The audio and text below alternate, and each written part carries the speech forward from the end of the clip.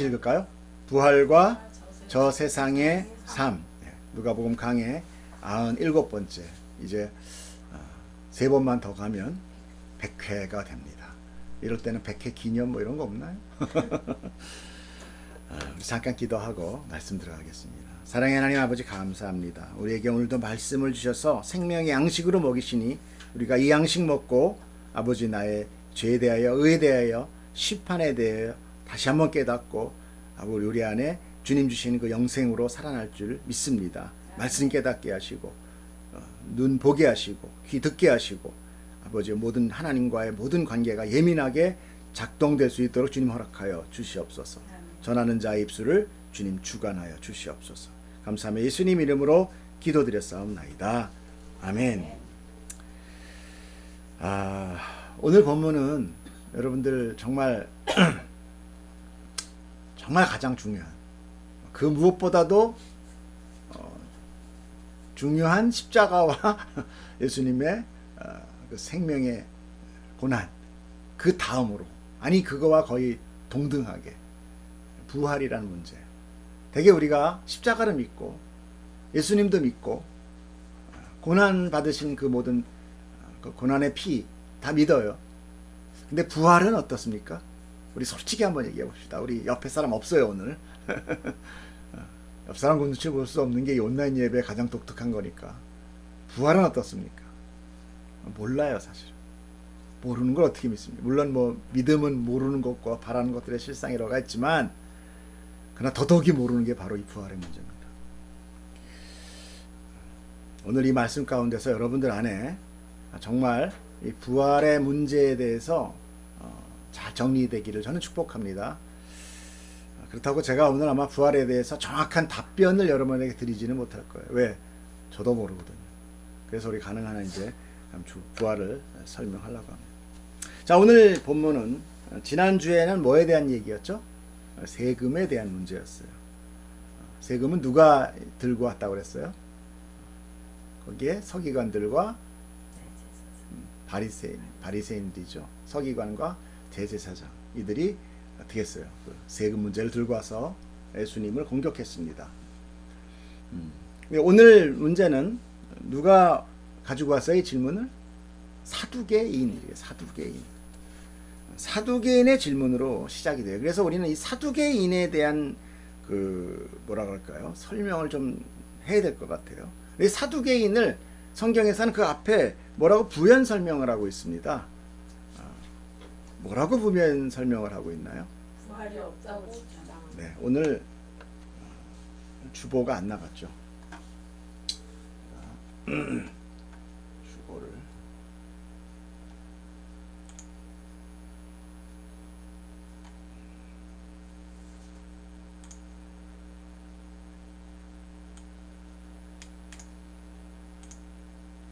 이게 열릴지는 모르겠습니다. 한번 열어보시면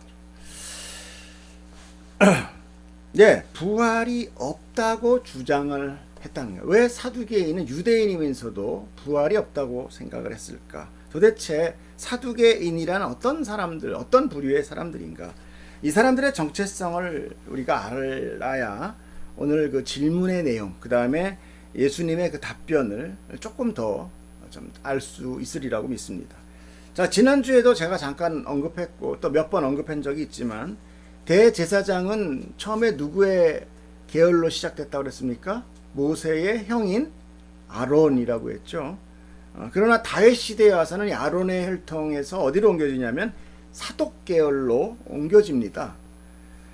그런데 이 사독 계열로 넘겨서 오던 그 대제사장 제도가 실질적으로 로마의 정복으로 인하여 이 사독 계열이 무시된 거예요. 로마 황제의 인준에 의해서 대제사장들이 선정되었다고 얘기했어요.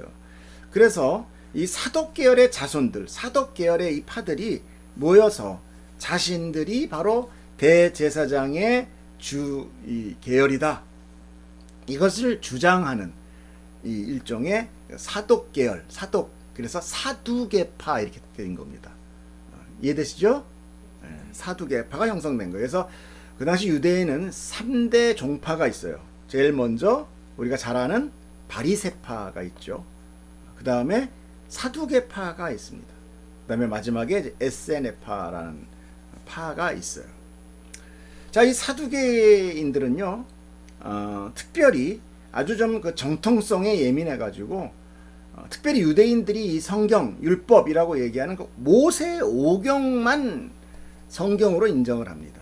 그 외에 많은 어떤 성경과 또 주석들이 나타나고 있지만 이들은 그런 걸 다 무시하고 오직 창세기, 출애굽기, 레위기, 민수기, 신명기의 성경만, 말씀만을 주장을 해요. 그래서 그 안에 그 안에 무슨 부활이라는 얘기가 나오냐? 거기 어디 부활이라는 게 언급돼 있어? 없어. 그래서 부활을 인정하지 않은 거예요. 그래서 오늘도 모세의 가르침을 통해라고 나오죠. 모세의 가르침이다. 이 모세 오경의 가르침이라 이런 거죠. 예수님을 이제 이렇게 공격하고 있는 것을 보게 되는 거죠. 그들은 그 당시에 지도 계층의 사람들이었어요. 바리새인이라든지 또 이 사두개파라든지 다 지도층의 세입니다. 이들을 뭐라고 불렀냐면 산헤드린 공회라고 불렀어요. 이 산헤드린 공회가 결국 예수를 죽이게 됩니다. 결국 종교의 지도자라고 하는, 종교의 핵심이라고 하는 인물들이 메시아를 죽이는 정말 참 아이러니한 이 세상이라는 게 그렇습니다. 그래서 이들은 굉장히 부유한 삶을 살아요. 특권층으로 살면서 정말 이렇게 배부른 삶을 살다 보니까 이 삶이 어떻게 되냐면 변질되냐면 굉장히 세상 현실적, 세속화되고 현실적으로 변질이 돼요. 그로 인해서 부활이라든지 천사라든지 영이라든지 이런 안 믿는 그런 어떤 자들이 돼버린 거예요. 사실 예수님은 뭐라고 자기 자신을 얘기합니까? 나는 생명이요 부활이다. 부활이다 생명이요. 이렇게 얘기하잖아요. 그러니까 그 예수님을 대적하는 거죠. 그러면서 이 부활의 문제를 제시하게 된 거예요. 그런데 여러분 사실 어떻습니까? 지금 이 부활의 문제를 제시하는 그 앞에 7 형제와 한 형수 이게 나타나고 있어요. 여러분 좀 어땠어요? 그 예시 그 문제를 쭉 읽으면서 진짜 그러네 이렇게 마음이 드셨습니까? 아마 우리가 이 세상 이 현 세상에서 우리 현세의 기준으로 산다면 그 말이 맞아요. 굉장히 이해가 되는 얘기입니다. 그 어떤 성경의 얘기보다 이해됩니다. 맞아. 첫째 형수였지만 둘째가 데리고 살았네. 셋째, 넷째, 일곱째 다 데리고 살았네. 그럼 나중에 부활해서 짠 나왔어. 그럼 누구 보고 여보 이래야 되나? 1등 여보, 2등 여보 이래야 되나? 이거 굉장히 현실적입니다. 그렇죠? 그러나 우리가 성경으로 본다면은 그리고 자세히 한번 들여다보면요. 이 내용이 참 억지스럽고 촌스럽기까지 해요. 왜 그런가 볼까요? 일단 전제가 뭐예요? 7 형제가 다 죽어야 돼요. 그죠? 7 형제가 둘 죽는 건 괜찮아. 셋도 좀 그래. 넷이 뭐 한꺼번에 폭탄 맞을 때 같이 떨어 있었나? 요것도 또 5 좀 심하다. 6 7 여기 7이 다 죽어야 돼요. 그리고 더불어서 7 형제와 형수 간의 관계가 모두 불임이 돼야 돼요. 모두 불임이 돼야 돼. 그러므로 이 질문의 발단부터가 좀 억지 춘향이 있다라는 것을 우리는 깨달아야 돼요. 그렇기 때문에 어때요? 짜맞힌 거예요. 그들의 계산된 어떤 왜곡된 사상과 그들의 어떤 예수님에 대한 그런 반박을 너무 집착하다 보니까 이게 너무 일어날 수 없는 좋습니다. 어차피 지금 부활의 문제를 논쟁하고 있으니까. 이 문제는 그 당시에 유대의 어떤 그 사회적인 그다음에 율법에도 있는데 그것이 바로 우리가 잘 알고 있는 형사 취수제라는 어떤 제도예요. 또는 이걸 계대혼인 제도라고도 얘기를 합니다. 하나님께서는요 가나안의 12지파에게 땅을 나눠주고 그다음에 또 그 각 가문마다 기업으로 분배를 해줬어요. 땅들을. 그리고 그 기업의 범위, 쉽게 얘기해서 이거는 큰 형의 땅 요만큼, 또 둘째 이만큼, 이런 것들이 다 정해져 있었거든요. 그런 어떤 기업의 범위를 절대 넘지 못하고 또 마음대로 취하지 못하게 선을 그었습니다. 그래서 만약에 어떤 사람이 결혼을 했는데 아이가 없었다라는 것은 뭐죠? 여기서 아이는 지금 아들을 얘기합니다. 아들 없었다는 것은 유산으로 기업을 받지 못하게 된다는 얘기겠죠. 물려줄 수 없다라는 거예요. 그럼 어떻게 됩니까? 이 땅이 이 자기 가문에서 소멸돼 버리죠. 다른 사람의 소유로 넘어가 버려요. 그렇기 때문에 이 동생, 남자 동생이 형수를 취해서 아이를 갖게 해주는 거예요. 일종의 같은 씨잖아요. 그러니까 아이가 자기 아이가 아니에요. 자기가 남편으로 들어가서 사는 게 아니라 단지 그 가문의 씨를 줘서 그 형이 대를 잇게, 그 기업을 유지할 수 있게끔 해주는 제도가 형사취수되었어요. 또 다른 하나는 그 당시에 여자는 가장 연약한 존재입니다.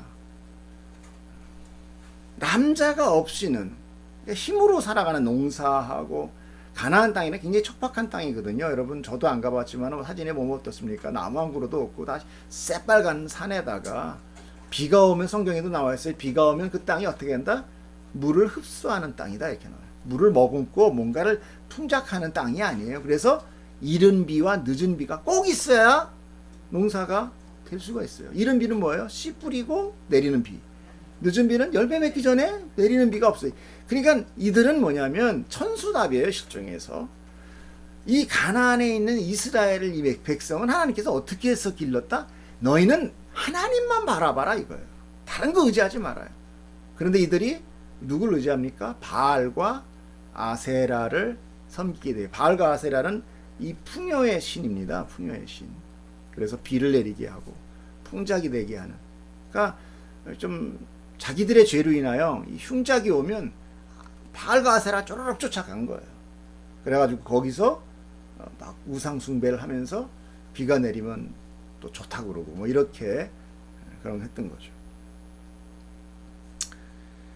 그래서 예수님께서도 그 당시에 우리가 성경에서 가장 많이 나오는 이웃을 사랑해라 그러면서 나오는 그 부연설명이 늘 뭐예요?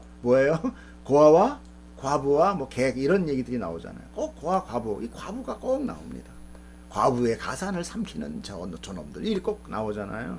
과부에 대한 비유가 상당히 많이 나옵니다. 그들은 누군가에 의지할 수 있는 존재가 아니라는 거죠. 완전히 끊겨 있는 존재. 그렇기 때문에 그 고아, 과부, 객은 일종의 뭡니까?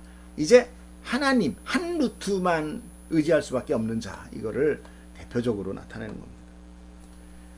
그러므로 남편이 없다면 너무도 힘든 삶이 될 것이고 더구나 자식까지 없다면 그 가문은 이제 멸문 가문이 되어버리는 거죠. 그래서 7 형제가 그 큰 형의 형수를 차례대로 이제 이렇게 취하게 된 것이고, 만약에 어떤 사람이 난 저 형수가 싫어, 그래서 뭐 이렇게 그 형수의 방에 합방을 안 하면 그 평생 동안 이 분홍 뭐죠? 이 마크 뭐라 그러죠? 분홍 신발? 뭐 주홍 글씨가처럼 그 평생에 어떤 신을 벗은 자인가 뭐 이래가지고 아주 그냥 그 동네 사람들 수치의 가문으로 만들어 버리는 그렇게 했어요.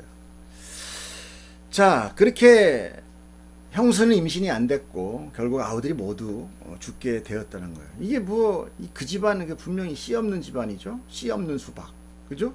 이 정도면 이 자식들, 이 형제들이 문제가 아니라 누구의 문제 같아요?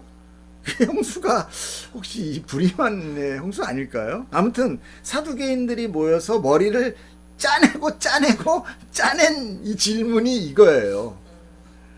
그러니까 참 이게 우리 성경에 있다고 해서 참 보면은 그 누가 얘기를 했냐에 따라서 이렇게 달라지는 겁니다. 그래서 오늘 본문에 나타나 있지 않지만 이 질문을 딱 듣고 예수님이 뭐 한마디를 해요. 이게 되게 핀잔 같은 말씀을 합니다. 근데 그 말씀이 누가복음에는 안 들어있어요. 근데 마태복음하고 마가복음에는 들어있습니다. 한번 볼까요? 읽어보세요. 시작.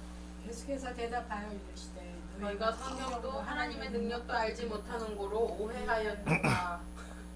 이 말이 왜 이렇게 나왔는지 이제 좀 이해가 가시죠? 이 뭐예요? 야, 너네 종교 지도자고 대제사장 계열이라고 사두개파 뭐 이러면서 이런 것도 모르니? 이런 거 이 말도 모르니? 하나님의 능력도 모르고 성경도 너희들은 아예 모르는구나. 이 지도자 계층의 있던 어떤 진리에 대한 그 무식, 무지를 예수님이 지금 지적하고 계시는 겁니다. 자, 34절, 여기가 36절까지 한번 읽어볼까요?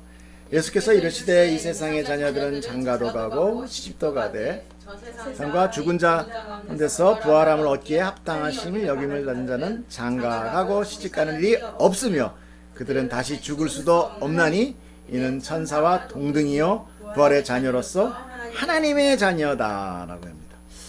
하나님의 자녀라는 거예요. 부활하는 자는 하나님의 자녀.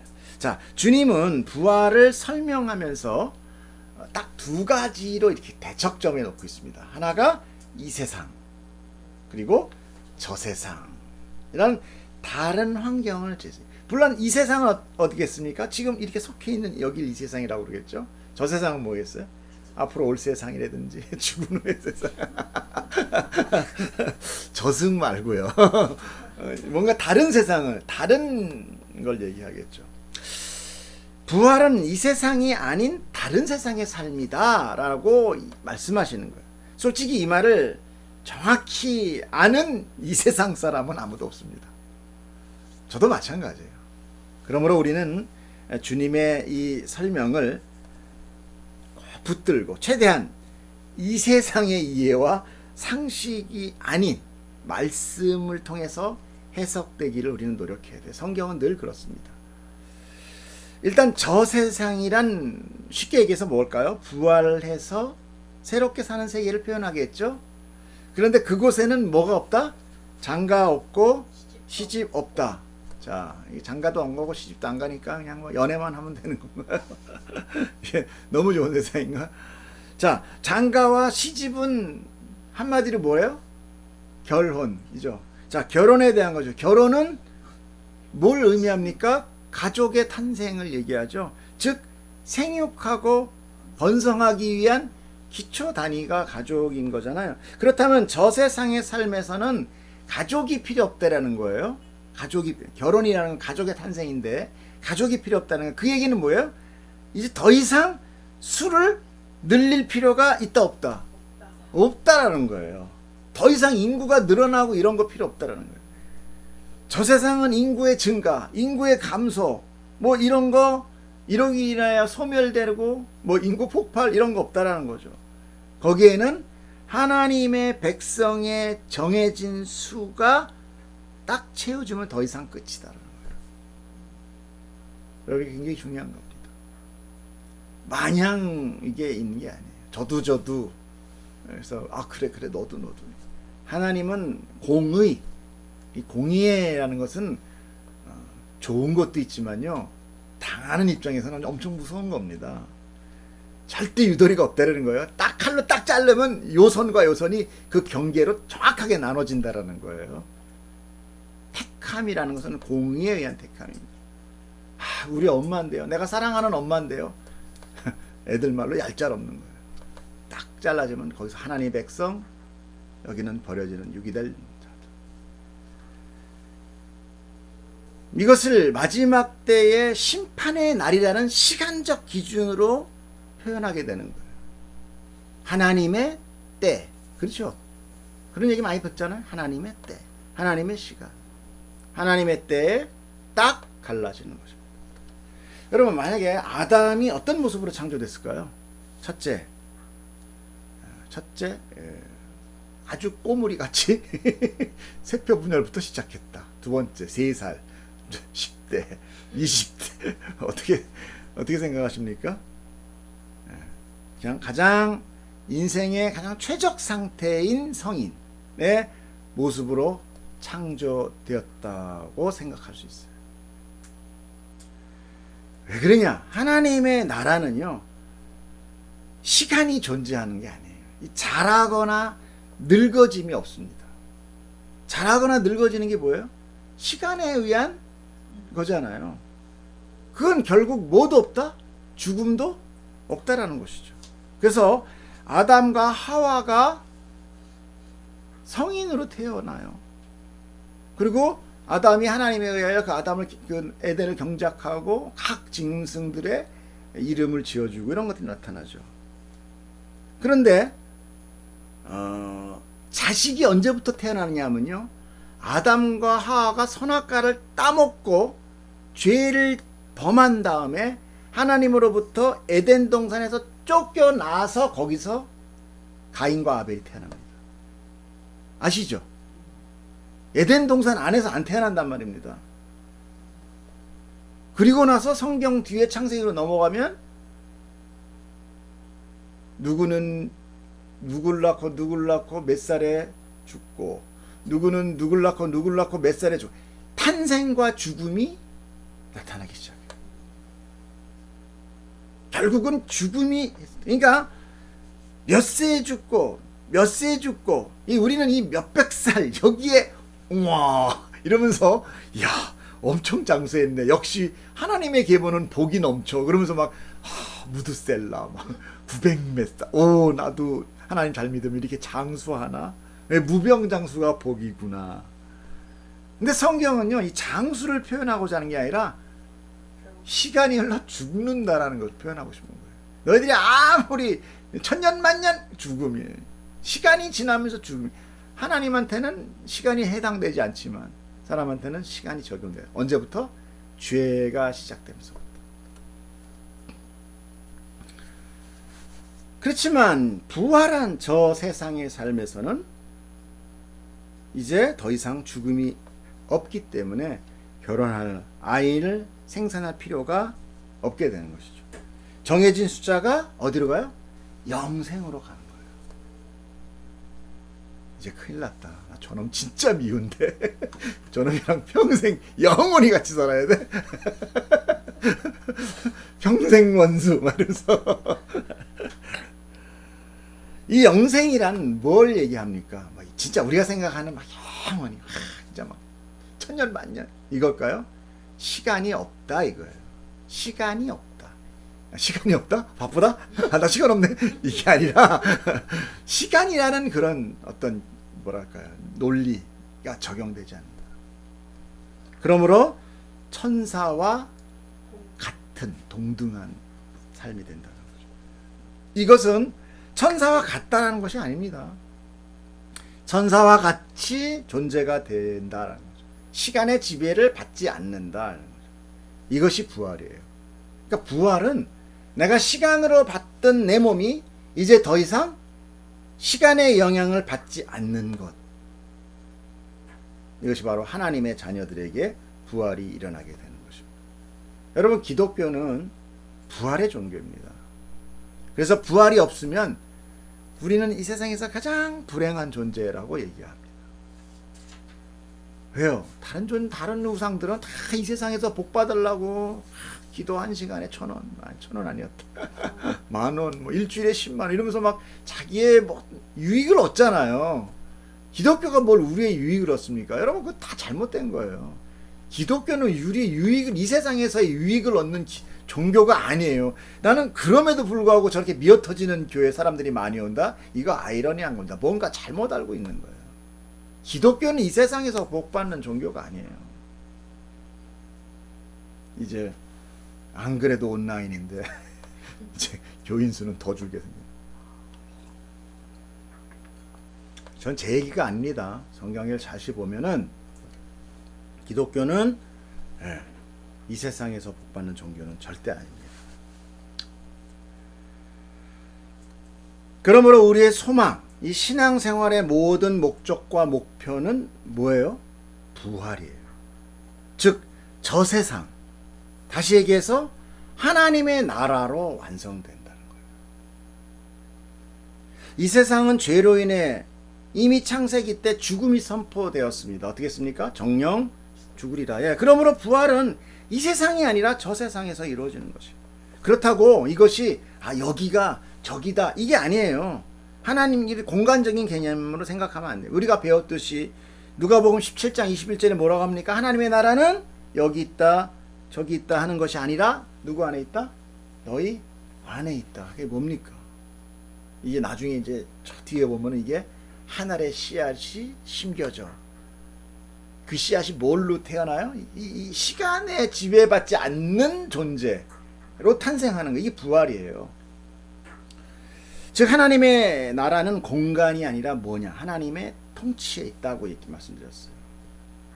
하나님이 다스리는 곳에 시간이나 공간이 무의미하다는 것입니다. 그러므로 사두개인들의 이 질문인 누구의 아내가 되는가는 부활을 이 세상의 개념과 육신적인 개념으로만 이해했기 때문에 벌어지는 우스꽝스러운 해프닝이 되어버린 거예요. 우리는 생명 없는 사물과 대화합니까? 예를 들어서 오늘은 참 오늘은 참 멋있다 이렇게 해요? 그 사람은 빨리 이렇게 좀 감정을 받으셔야 됩니다. 그러므로 시간과 공간을 초월하면서 무소부재하시며 영원 불면하시는 하나님이 교제하시고 그분이 영광을 받으시는 그런 대상, 그 존재는 역시 어때야 돼요? 같은 속성을 지니고 있는 존재야 되는 거예요. 무슨 얘기인지 이해 가시죠? 예. 돌 보고 수석 하시는 분들은 그러더라고. 이 안에 용이 살아나오고 있어 이러면서 바로 그런 동일한 존재, 동일한 속성을 가질 때 그 관계를 뭐라고 해? 그 완전한 관계라고 얘기하는 거죠. 하다못해 강아지가 아무리 날 좋아한다고 해서 사람이 좋아해 주는 것과는 이건 전혀 다른 문제입니다. 그렇죠? 자, 사도 바울은요, 그래서 이 부활의 상태를 저도 오늘 정확한 거를 얘기 못 한다고 그랬어요. 성경으로 보는 겁니다. 자, 사도 바울이 부활의 상태를 어떻게 해야 하는지 좀 긴데 우리 같이 한번 보도록 하겠습니다. 제가 읽어드릴게요. 누가 묻기를 죽은 자들이 어떻게 다시 살아나며 어떠한 몸으로 오느냐 하리니 어리석은 자여 내가 뿌리는 씨가 죽지 않으면 살아나지 못하겠고 또 내가 뿌리는 것은 장래의 형체를 뿌리는 것이 아니요 다만 밀이나 다른 것에 알맹이 뿐이로되 하나님이 그 뜻대로 그에게 형체를 주시되 각 종자에게 그 형체를 주시느니라. 육체는 다 같은 육체가 아니니 하나는 사람의 육체요 하나는 짐승의 육체요 하나는 새의 육체요 하나는 물고기의 육체라. 하늘에 속한 형체도 있고 땅에 속한 형체도 있으나 하늘에 속한 것의 영광이 따로 있고 땅에 속한 것의 영광이 따로 있으니 해의 영광이 다르고 달의 영광이 다르며 별의 영광도 다른데 별과 별의 영광이 다르도다. 죽은 자의 부활도 이와 같으니 썩을 것으로 심고 썩지 아니할 것으로 다시 살아나며 욕된 것으로 심고 영광스러운 것으로 다시 살아나며 약한 것으로 심고 강한 것으로 다시 살아나며 육의 몸으로 심고 신령한 몸으로 다시 살아나나니 육의 몸이 있은즉 또 영의 몸도 있느니라. 기록된 바 첫사람 아담은 생명이 되었다 함과 같이 마지막 아담은 살려주는 영이 되었나니 그러나 먼저는 신령한 사람이 아니요 육의 사람이요 그 다음에 신령한 사람이니라. 첫사람은 땅에서 났으니 흙에 속한 자이거니와 둘째 사람은 하늘에서 나셨느니라. 무릇 흙에 속한 자들은 저 흙에 속한 자와 같고 무릇 하늘에 속한 자들은 저 하늘에 속한 이와 같으니 우리가 흙에 속한 자의 형상을 입은 것 같이 또한 하늘에 속한 이의 형상을 입으리라. 어렵다. 성경은 예수 그리스도를 뭐라고 부르냐면 언약의 자손이다 라고 하고 주님은 스스로 자신을 뭐라고 얘기하냐면 생명의 떡이요 생명의 음료라고 하셨어요. 즉 생명의 씨로 이 땅에 오신 분이 예수님인 거예요. 그리고 한 알의 씨가 땅에 떨어져 죽으면 많은 열매를 맺고 죽지 않으면 한 알 그대로 남는다고 요한복음 12장 24절에 말씀하세요. 아담은 우리가 잘 알듯이 하나님께서 흙으로 창조하셨습니다. 그런데 주님은 요한복음에서 내가 내 안에 내가 내 안에라는 말씀으로 자신과의 연합됨으로 영생을 말씀하고 계세요. 자, 이 얘기는요, 지금 앞에 우리가 씨에 대해서는 얘기도 들었잖아요. 마치 생명의 씨가 예수라는 생명의 씨, 하늘에 내려온 그 영생의 씨가 아담이 뭐예요? 아담하죠. 아담은 뭐예요? 흙에 떨어져서 생명이신 예수 그리스도가 십자가의 죽음으로, 아까 한 열매가 씨가 죽는다고 그랬죠. 많은 열매를 맺게 되는 것입니다. 즉 부활은 새로운 생명, 그 새 생명, 우리가 새 생명 하잖아요. 오직 예수 그리스도와 연합될 때 일어나는 거예요. 이 연합이 뭐예요? 흙에 씨가 떨어져 이 씨가 죽는 거예요. 나라는 흙의 모습이 아니라, 내가 죽어서 내 흙이 다시 태어나는 게 아니라 내 흙에 씨가 떨어져서 다시 생명의 그 예수의 모습으로 탄생되는 거예요. 여기까지 이해되십니까? 흙에 씨가 떨어졌는데 흙이 나오진 않잖아요. 흙에 씨가 떨어지면 그 씨가 나오는데, 그러면 그 또 씨가 나오나요? 씨가 이렇게 큰 씨가 되는 건 아니잖아요. 그 씨 안에 생명의 형상이 있잖아요. 하나님의 형상이죠. 즉 예수와 연합된 나는 이제 새 생명을 갖게 돼요. 그렇죠? 흙이잖아요. 무용한 흙이에요. 제가 항상 불가능한 자 그러잖아요. 무용한 이 흙이 예수 그리스도의 새 생명을 가진 그 씨가 나에게 심겨서 거기서 자라나는 게 뭐냐면 예수의 형상으로 재탄생돼요. 그래서 제가 언제 한번 얘기했죠. 구원은 하나님께서 나 인간 김정유를 구원하기보다는 내 안에 예수를 보고 구원한다. 그래서 제가 야곱과 에서의 얘기도 드렸잖아요. 목소리는 야곱인데 털은 에서네, 뭐 그러면서 제가 그 얘기도 했잖아요. 그러니까 생명, 하나님의 자녀라는 것은 내가 하나님의 자녀구나, 흙이 하나님의 자녀가 되는 게 아니라 그 흙에 심겨진, 흙과 하나가 된 씨가 아무리 좋은 씨야, 이건 완전 특종 씨야. 그 길거리에 딱 하늘에 공간에 묶어 놓으면 여기서 뭐가 자라나요? 흙과 합쳐져야 자라나잖아요. 나와 연합이 돼서 자라난다는 거죠. 이해되시죠? 그래서 우리는 모두 누구의 형체가 돼요? 예수의 형체가 돼요. 그래서 예수님을 뭐라고 부르냐면 모든 형제들 중에 맏아들이다. 이렇게 보세요. 하나님이 미리 아신 자들을 또한 그 아들의 형상을 본받게 하기 위하여 미리 정하셨으니 이는 그런 많은 형제들 중에서 맏아들이 되게 하려 하십니다. 이건 한 혈통이 된다는 얘기예요.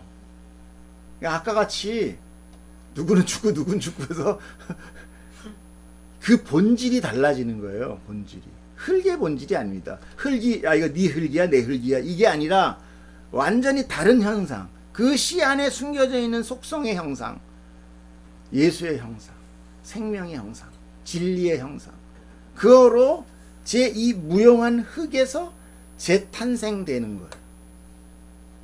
즉 하나님의 형상으로 창조된 첫 아담은 흙이었어요. 비록 생기를 받아서 생명이 되었지만 그는 죄를 지을 수밖에 없는 불가능한 흙이에요. 그래서 죽음을 맞게 된 존재가 되었어요. 그가 생명의 씨와 연합이 돼요. 그러니까 흙 스스로는 생명을 붙들지 못하는 거예요. 줘도 못 잡아. 그래서 아예 생명이 그 흙 안으로 들어가 버립니다. 그래서 이 흙과 하나가 된, 다시 얘기해서 아들 성자 하나님의 형상을 본받아서 재탄생되는 것, 이걸 부활이라고 해요. 어렵죠. 최대한 제가 성경에 준해서 여러분들에게 설명하는 거예요.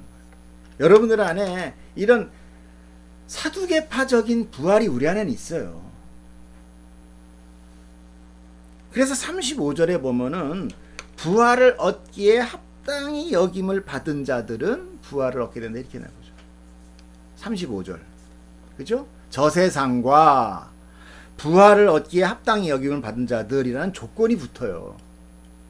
그리고 36절에 그들을 누구라고 불러요? 맨 끝에 하나님의 자녀라고 말씀하는 거예요. 그러면 이런 질문이 생각이 나요. 이제 나중에 제가 또 설명드리지만 무조건 죄인도 다 부활한다던데 하나님의 자녀만 부활하나? 자, 끝까지 한번 들어보세요. 그러므로 부활은 이 몸이 죽었다가 다시 이 몸으로 사는 것을 의미하는 거예요? 아닙니다. 죽었다가 전기 충격으로 해서 다시 살아나고 어떤 사람도 그러잖아요. 아, 죽었다가 천국 보고 다시 살아났어. 이건 죽은 게 아니에요. 이 부활이 아니에요. 이거는. 그걸 부활이라고 하는 게 아닙니다. 그건 이 세상적인 부활이에요. 유한한 몸이 죽어서 영원한 몸으로 탄생하는 것을 의미하며, 그 영원한 몸은 생명을 가진 그 예수 그리스도와의 연합, 그 특의 떨어짐으로 인하여 내가 아닌 예수의 형상으로 재탄생하는 것을 의미합니다. 이것은 모습이 아니에요. 물론 우리가 그때 형상을 뭐라고 그랬어요? 영어로 이미지다 그랬잖아요. 그 이미지는 그냥 이런 우리의 모습이라는 게 아니라 내 안에 새겨져 있는 하나님의 형상과 같이 속성을 의미해요. 속성을. 그래서 바로 앞에 말씀이 뭐가 있었습니까? 누구의 형상이냐라고 얘기가 나왔잖아요. 그래서 가이사의 것은 가이사에게, 하나님의 것은 하나님에게 드려라 라는 이야기가 그 앞에 이렇게 붙어 있는 거예요. 형상이라는 이미지를 이렇게 연결되고 있는 거예요. 그래서 성경은 치밀한 겁니다. 성경은 그냥 아무거나 그냥 뭐 이야기 속담 우르르 모아놔서 속담 모음집 이게 아니야. 하나의 일괄적인 이야기가, 진리가, 하나님의 지혜가 그 안에서 들어가서 그 성경을 그냥 쭉 읽으면 그게 쫙 한 고리로 쭉 연결되는 거예요. 물론 그 마지막이 뭡니까? 예수 그리스도. 우리가 하나님의 은혜로 예수의 씨가 나에게 연합되었다면 우리는 이제 즉 흙으로 지은 몸, 그것은 이 시간의 지배됨으로 인하여 결국 죽게 되지만, 예수와 연합된 그 흙인 나는 이제 영생을 누리는, 즉 시간의 지배를 받지 않는 새 몸으로 탄생된다. 이것이 부활이다. 그러므로 성도의 죽음은 육신으로는 어떻게 돼요? 끝나는 거예요. 분명히 끝입니다. 육신으로는 끝이에요. 더 이상 뭐 태어나서 내가 이 와이프야 저 와이프 이거 없어요. 육신으로는 끝나는 거예요. 죽음이에요. 그러나 실제 육신이 벗어지고 그 안에 예수의 속성인 영적인 몸으로 탄생되는 거예요. 제가 이제 또 영적인 몸 그러니까 그러면은 부활에도 날아다니는 연기 같겠구나. 뭐 혼같이 형체도 없는 그런 건가. 슬프다. 여러분, 예수님이 부활하신 후에 어떤 모습으로 나타나셨어요?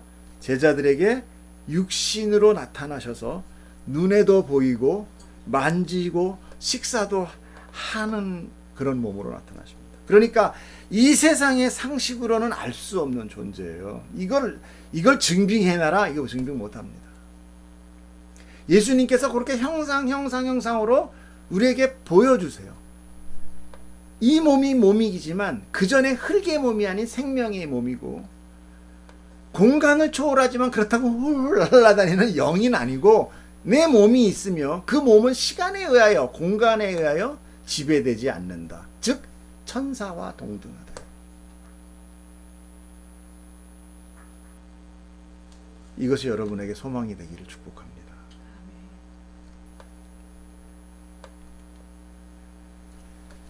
사실 이 세상의 상식으로는요, 이 부활을 이해할 수 없습니다. 이 세상의 상식으로는 알 수 없는 존재가 되는 거예요. 왜냐하면 문이 잠겼는데 예수님이 들어오시고, 두 제자와 동행하시다 갑자기 사라지시고, 이 무슨 그건 우리가 아는 어떤 신출귀몰 할 수 있는 그런 능력이 아니라, 그분은 뭐예요? 시간과 공간을 초월하는 존재가 되더라. 여러분, 그게 어떻게 그렇게 돼? 여러분, 이게 제가 하나만 설명해 드릴게요. 개미가 몇 차원이에요? 2차원이에요. 개미는 쭉쭉 가다가 그 앞에 가던 중간에 있는 개미를 딱 빼버리면 개미 어떻게 되는 줄 알아요? 저놈이 없어졌다. 영수개미가 없어졌어. 이렇게 되는 거예요. 근데 우리는 너무 웃기는 거죠. 여기 있는데 지금 얘는 못 봐. 다시 집어넣으면 나타났네. 여기까지 설명합니다. 그걸 보고 우리가 뭐 4차원이다, 5차원이다, 6차원이다 얘기하는데, 이 차원 자체를 어찌 보면 초월하는 거예요.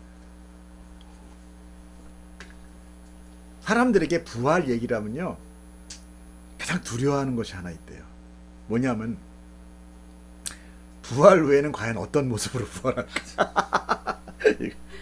만약 지금같이 눈 작고 키 작고 뚱뚱하고 야, 이 모습으로 영원히 살아야 된다? 야, 이건 거의 뭐 천국이 아니구나. 이건 지옥이구나. 죽는 게 낫겠다. 이런 생각을 한다고 그래요. 실질적으로 그거에 대한 두려움이 있대요. 특히 못생긴 사람들. 여러분, 잘생기고 못생기고의 기준은 정말 단순한 기준입니다. 정말 단순해요. 일종의 편견 같은 거예요. 시간이 빨리 됐네요. 빨리 하겠습니다. 자, 우리는 아프리카나 아마존에 사는 민족들 사이에 귀 뚫고 입술에 접시 끼고 목에 링에서 기린목같이 만들고, 제가 또 한 군데 보니까 어떻게 해요? 무슨 입술 침봉으로 같은 거 그러면 입술 막 두들겨가지고 입술 이만하게 시퍼렇게 멍들게 하잖아요. 그게 미인이래요. 여러분, 우리 지금 볼 때 어때요? 나 저기가 사느니 나 차라리 죽는 게 나아. 그 사람들은 그게 미인이에요. 여러분, 그들이 부러워요? 다 이뻐요? 세상의 기준이라는 게 이렇게 단순하고 편협적이며 이기적인 거예요. 결코 이 세상의 기준은요, 보편타당하지 않아요. 여러분, 우리가 자꾸 착각하고 있는데. 그런데 내 모습이 어떨지 그것에 목을 맨다는 것은 그 사람이 미련한 거죠. 그래서 주님은 저 세상이라고 다른 세상을 말씀하고 계시는 거예요. 그래서 거기서는 이라는 이런 그 안의 삶을 강조하고 있고, 그 저 세상에서는 결코 이 세상의 기준이 통용되지 않는다라는 것입니다. 여러분, 걱정하지 마십시오. 오늘 이 진리의 말씀 가운데 해방되기를 축복합니다. 자, 이런 이 세상의 삶의 기준이 사람들을 슬퍼하고 시기하며 미워하고 서로 경쟁하고 죽이고 서로 죽이는 그런 세상이 된 거예요. 그래서 하나님은 우리를 이 세상에서 어떻게 합니까? 출세상하는 거예요. 출애국, 저 세상으로 옮기시는 거예요. 이것을 우리는 구원이라고 하고, 그 상태가 이미 부활인 거예요. 구원이 완성된 것이 부활인 거예요. 사두개인들은 모세가 써준 글을 인용해서 질문을 했잖아요. 그래서 주님도 모세의 이야기로 답변합니다. 자, 이제 거의 다 끝났습니다. 37절 38절 이거 시작. 죽은 자가 살아난다는 것을 모세도 가시나무 떨기에 관한 글에서 음. 주를 아브라함의 하나님이요 이삭의 하나님이요 야곱의 하나님이시라 칭하였나니 하나님은 죽은 자의 하나님이 아니요 살아있는 자의 하나님이시라. 하나님에게는 모든 사람이 살았느니라 하시니. 아멘. 자, 사두개인들은 모세가 이 세상의 삶을 영위하기 위해서 제시한 형사 취수제를 이용하여 부활을 통해 맞게 될 혼란한 상황을 예수님께 공격 무기로 제시했습니다. 그러므로 주님도 모세의 이야기로 대답을 하고 계시는데, 죽은 자가 살아난다는 것, 즉 부활이란 이런 거죠. 사람이 살아서 서로 다시 관계하는 그런 것이 아니라 하나님 앞에서 어떻게 해요? 모든 사람은 살아있는 존재다라고 얘기하는 거예요. 그죠? 이게 무슨 얘기인가? 이 말을 이해하려면 이런 겁니다. 우리가 죽었다는 것은 더 이상 어떻게 해요? 쓸모없고 또 어떻게 해볼 수 없는 상태를 얘기해요. 그죠? 그게 죽은 거예요. 이제 어떻게 해볼 수가 없어요. 쓸모도 없어요. 그러나 살아있다라는 것은 뭘 얘기합니까? 무한한 가능성을 품고 있다라는 게 살아있는 거잖아요. 그죠? 만약에 어떤 부품들을 조립해서 제품을 만드는 사람에게 그 부품 하나하나는 그 사람 앞에 유용해요? 안 유용해요? 유용해요. 무한한 가능성을 갖고 있어요. 이렇게 저렇게 하다못해 애들을 좀 레고를 가지고 비행기도 만들고 뭐도 만들어요. 그러면 애들보다 더 능력이 좋은 기술자는 그런 걸 가지고 더 풍부한 많은 거를 만들 수 있듯이, 만약에 그보다 더 엄청난 능력이 좋은 하나님 앞에는 비록 나는 이 세상에서 죽었다, 나는 끝이다, 나는 모든 능력이 이제 끝났다 하는 그 관계가 하나님한테서는 어떻게 보여요? 그건 살아있는 존재로 될게 살아있는 존재로서 인정이 된다라는 거예요. 이거 이해 가십니까?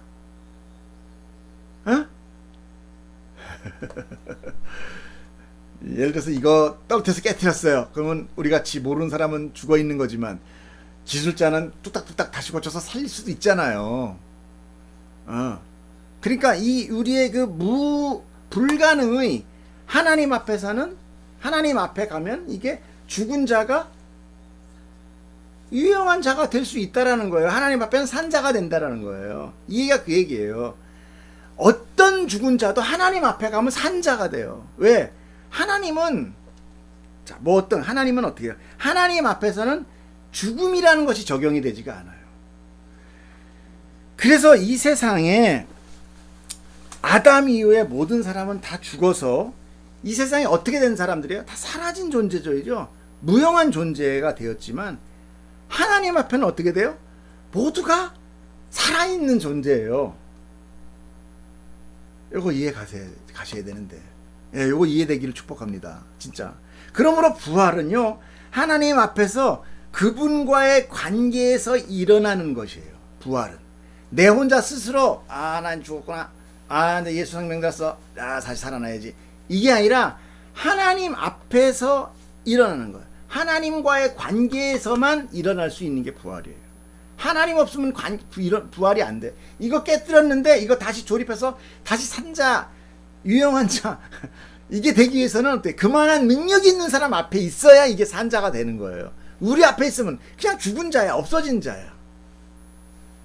이해되시죠?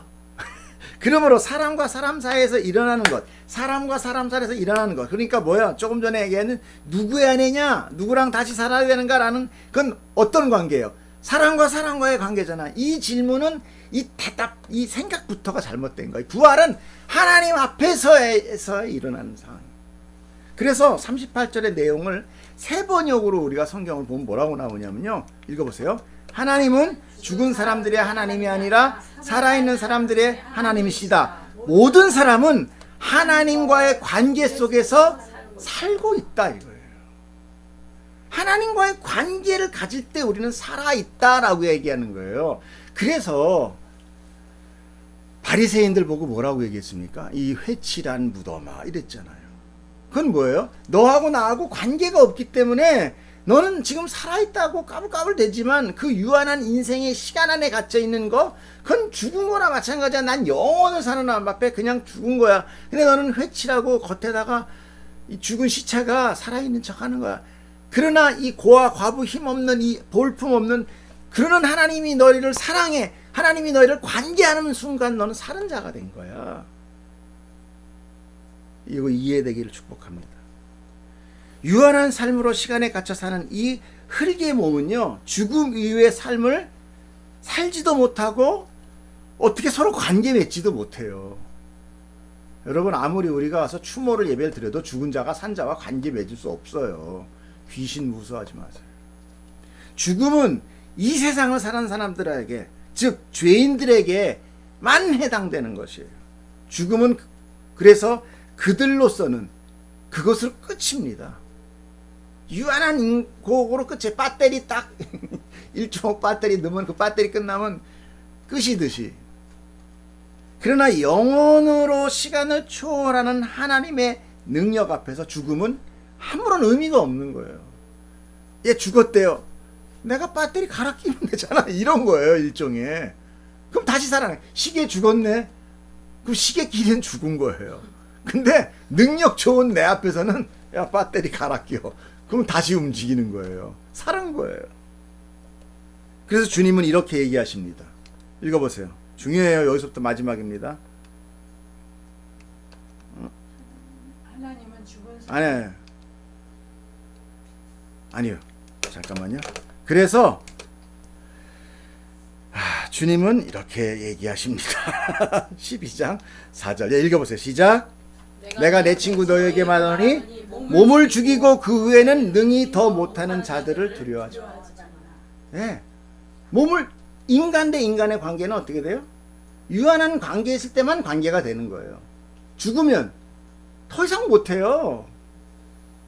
사람은 죽음 이후에 어떤 영향을 미치지 못합니다. 오직 하나님만이 그 이후의 시간을 통치하시고 다스리시는 것이. 그러므로 히브리서에 이렇게 기록하고 있어요.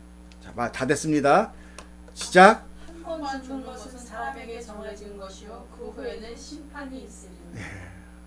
한 번 죽는 것은 사람에게 정해졌어요. 왜? 죄인으로서는 지금 우리는 뭐예요? 모든 사람이 아담으로 인해 아까 그랬으니까 육으로 인한 아담으로 인하여 모든 사람이 죄를 졌잖아요. 그러니까 그의 사람에게는 유한함이 있어요. 시간의 공간의 제약을 받아요.